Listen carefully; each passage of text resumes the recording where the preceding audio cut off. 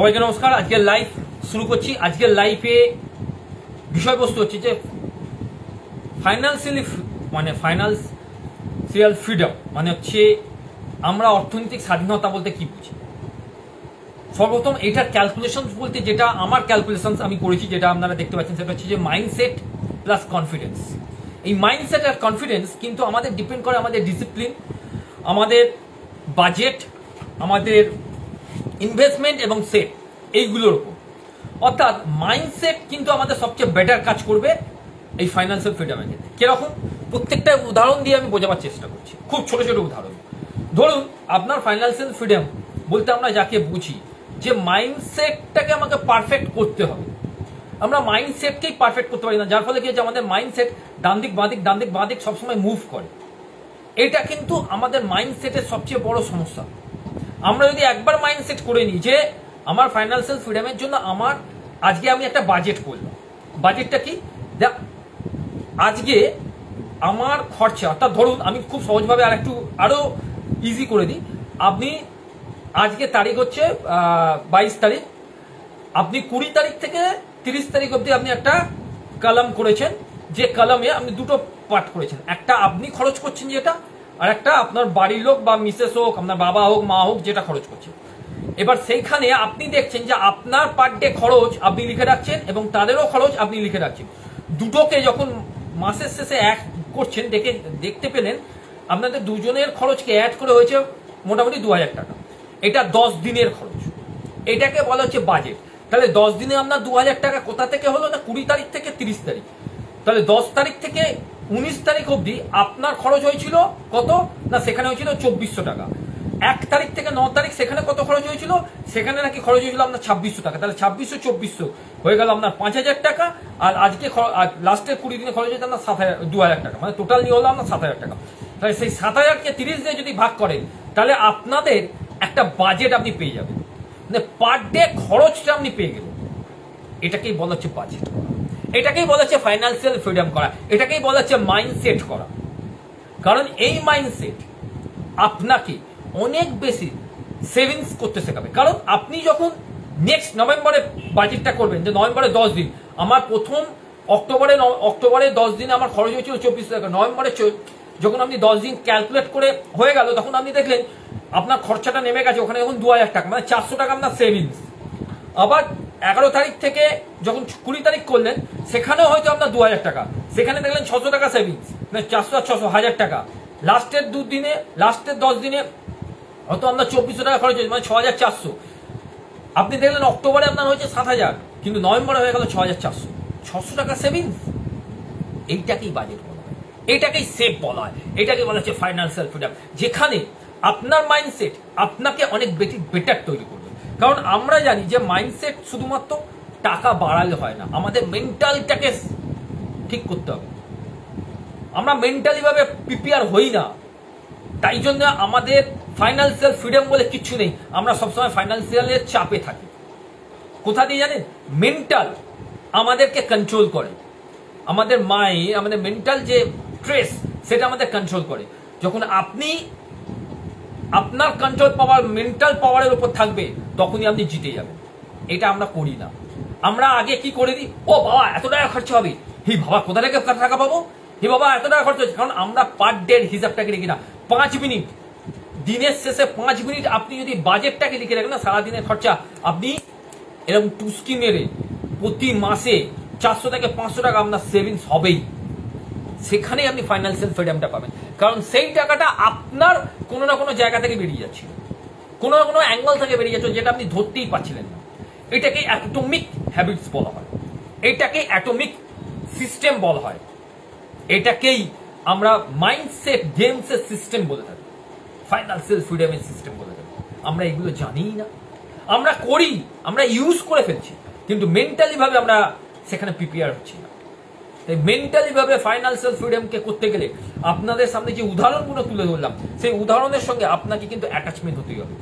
Quality quantity সবকিছু ঠিক থাকবে। আপনি অনলাইনে জিনিসপত্র অর্ডার করেছেন, চাল ডাল তেল নুন যা কিছু অর্ডার করেছেন, আপনি দেখলেন এইটা অর্ডার করে আপনার 1100 টাকা খরচা হয়েছে 15 দিনে। বাকি 15 দিনে আপনার খরচা হয়েছে 1300 টাকা। এইটাকে আপনি কি করছেন, এই 1100 আর 1300 টাকাকে আপনি অনলাইন পেমেন্ট করছেন কোথা থেকে না, থার্ড ইনকাম যেখান থেকে আসছে সেখান থেকে। আপনি হয়তো 2-3টে ইনকাম আছে, আপনি টিউশন করেন সেখানে একটা ইনকাম, আপনার একটা বিজনেস আছে সেখানে একটা বিজনেস, যা কিছু থাকতে পারে মেবি, আর একজন থার্ড পার্টি ইনকাম করে। থার্ড পার্টি বলতে আপনার বাড়িতে বাবা হোক মা হোক যে কেউ একটা ইনকাম করে। তাহলে বাবা ও মায়ের যে ইনকাম যেখান থেকে হতে পারে, সেটা পেনশন থেকে হতে পারে বা এটসেট্রা এটসেট্রা, সেই ইনকাম থেকে আপনি অনলাইনে পেমেন্ট করছেন। আপনি যেখান থেকে টিউশন থেকে যেটা পাচ্ছেন সেটা আপনি নিত্য প্রয়োজনীয় জিনিসে খরচা করছেন, মানে পার ডে ওই আনাজপত্রতে। আর একটা যে আপনার যে বিজনেস আছে সেটাকে আপনি খরচা করছেন মেডিকেল বা এক্সট্রা কিছু জিনিসের ক্ষেত্রে। তাহলে আপনার কাছে 3টে ওয়ে যখন বেরিয়ে আসে, 3টে ওয়ে কোথায় আপনার বাজেটটা বেরিয়ে যাচ্ছে সেটা ধরাটা খুব কুইক হবে। কিন্তু 3টেকে এক করে দিলেন, করার পর যদি মনে করেন যে আমি ওখান থেকে বাজেট বার করবো, তাহলে কিন্তু গন্ডগোল। সেখানে কিন্তু মেন্টাল স্ট্রেস আপনার আসবেই, মেন্টাল স্ট্রেস 100% আসবে। কেউ যদি বলে যে আমার মেন্টাল স্ট্রেস আসবে না, সে ভুল কথা বলছে, সে আপনাকে ঠকাচ্ছে, নিজেকে ঠকাচ্ছে। নিজেকে জাস্টিফাই করুন, নিজেকে অ্যানালিসিস করুন, নিজেকে ভাবুন যে কোথায় বেরিয়ে যাচ্ছে। আমরা এইখানটাই ভুল করি যে আমরা নিজেকে কখনোই ভাবার সময় দিই না। নিজেকে নিয়ে ভাবতে হবে, নিজেকে ভাবার মধ্যে আমি কতটা বেটার টু বেটার রেজাল্ট করব সেটা নিয়ে ভাবতে হবে। যদি বেটার টু বেটার রেজাল্ট নিজে থেকে করতে পারি, তাহলে আমার ফ্যামিলি ফাইন্যান্সিয়াল ফ্রিডমের থেকে অনেক বেটার থাকবে। আমি যদি ফাইন্যান্সিয়াল ফ্রিডমটাকে ইউজ করতে পারি, তাহলে তো আমার ফ্যামিলি ভালো থাকবে। আর আমি যদি ফ্যামিলিতে সবসময় এসে বলি আমার কাছে টাকা নেই, আমার কাছে ওটা নেই, আমি এত খাটনি খেটে আসি রাত দিন হ্যাক করে, হ্যাঁ তাই কোথায় টাকাগুলো খরচা হয়ে যাচ্ছে আমি বুঝতে পারছি না, সেভিংস করতে পারছি না, এটাই গেল সমস্যা তৈরি। তারপর তো বিভিন্ন এজেন্সি আছে আপনাকে ভয় দেখিয়ে দেয়। আপনি যখন অবসর নিয়ে নেবেন, 60 বছর হয়ে যাবে, রিটায়ারমেন্ট করে দেবেন, তখন আপনার বয়স বেড়ে যাবে, তখন আপনি কাজ করতে পারবেন না, তখন আপনার যে সেভিংস করছেন সেটা থেকে বলতে পারবেন। এইগুলো হচ্ছে এক একটা ট্রমাটাইজড ওয়ে যে আপনাকে দেখিয়ে দিচ্ছে যে কি করতে পারছেন আপনি, কোথা থেকে করতে পারছেন। মাইন্ডসেটের এইগুলো হচ্ছে এক একটা প্রধান জায়গা। আমরা ভবিষ্যৎকে অনেক বেশি ভয় পাই, তার কারণ হচ্ছে আমরা আমাদের আশেপাশে যারা লোকজন আছে তারা আমাদেরকে বলে দেয় যে আমরা কতদিন বাঁচব।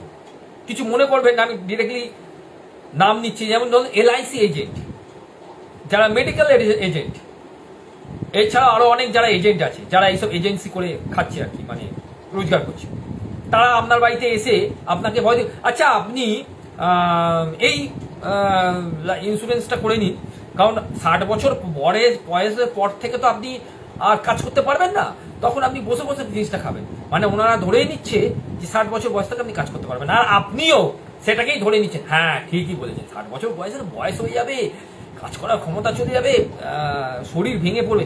মানে আপনি চাইছেন আপনার 60 বছর বয়সে শরীরটা ভেঙে যাক, আপনি চাইছেন আপনি 60 বছর বয়সে কাজ করতে পারবেন না, আপনি চাইছেন আপনার 60 বছর বয়স পর আপনাকে রোগ জ্বালা জন্যতে সবকিছু চেপে ধরুক, যেটা আপনার সেভিংস করছেন এতদিন সেই সেভিংসের টাকাটাও বেরিয়ে যাবে। তা আপনি তো নিজেই চাইছেন, আপনি তাদেরকে বলতে পারছেন না যে আপনি আমার লাইফের প্রেডিকশনটা করছেন কিভাবে।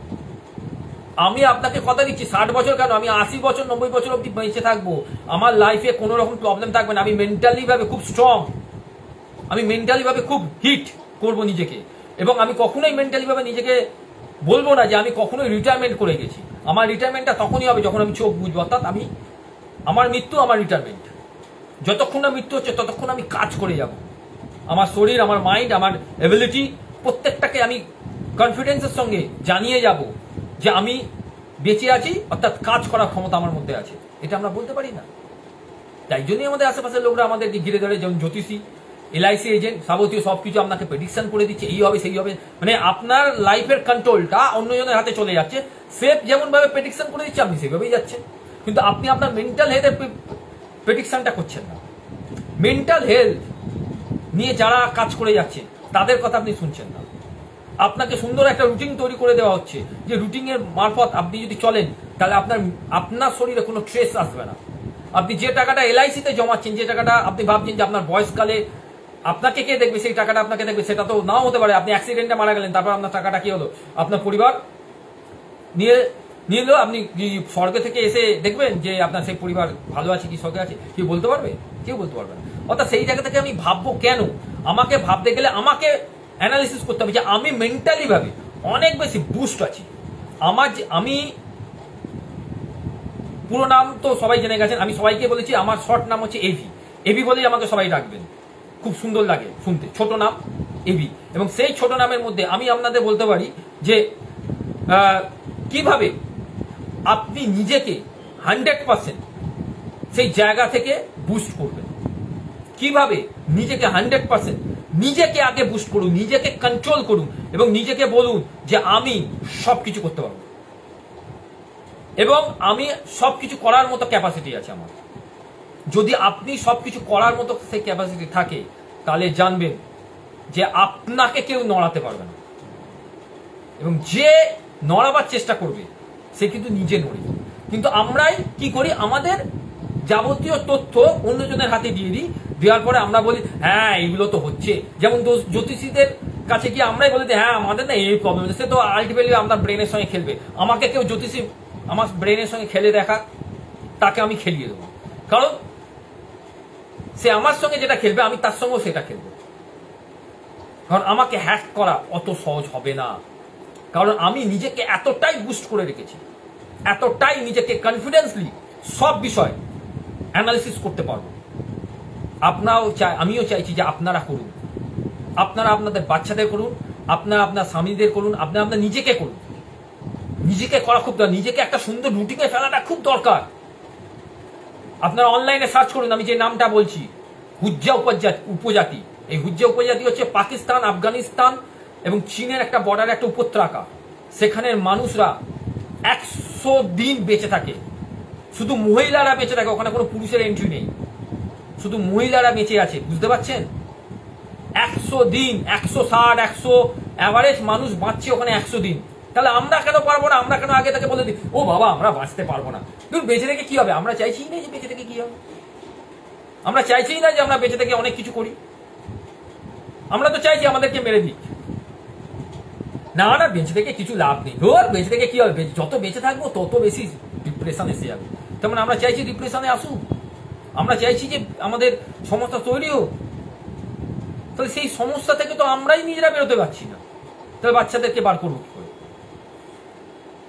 সেই বাচ্চাদেরকে বার করতে গেলে, সেই বাচ্চাদেরকে নিয়ে কাজ করতে গেলে অনেক বেশি নিজেকে টাইট রাখতে হবে, নিজেদেরকে ফিট করতে হবে।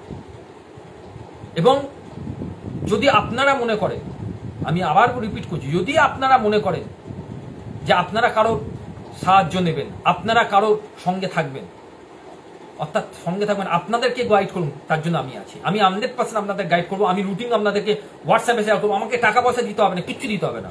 আপনারা রুটিনটা ফলো করুন, রুটিনটা ফলো করে আপনারা আপনার রেজাল্ট ফলো করুন।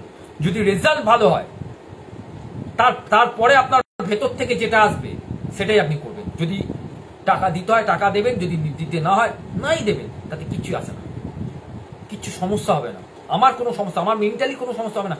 কারণ বলুন তো, কারণ আমি ওই মেন্টালিটি নিয়ে কাজই করছি না। আমি চাইছি আমরা সবাই, আমাদের পরিবেশ, আমাদের আত্মীয় স্বজন, আপনারাও আমার আত্মীয় স্বজন, সবাই মিলে ভালোভাবে থাকি। আপনার সঙ্গে যখন আমার রাস্তায় দেখা হবে, আপনি তো আমাকে এইটুকুনি সম্মানটা করবেন যে স্যার, বা এভি বলেই ডাকবেন, স্যার বলে ডাকার দরকার নেই, যে এভি আপনার কথায় আমার ভালো হয়েছে, এইটাই অনেক বড় কথা। এর থেকে বড় পাওনা কিছু হয় না, এর থেকে বড় পাওনা আমার কাছে কিছু।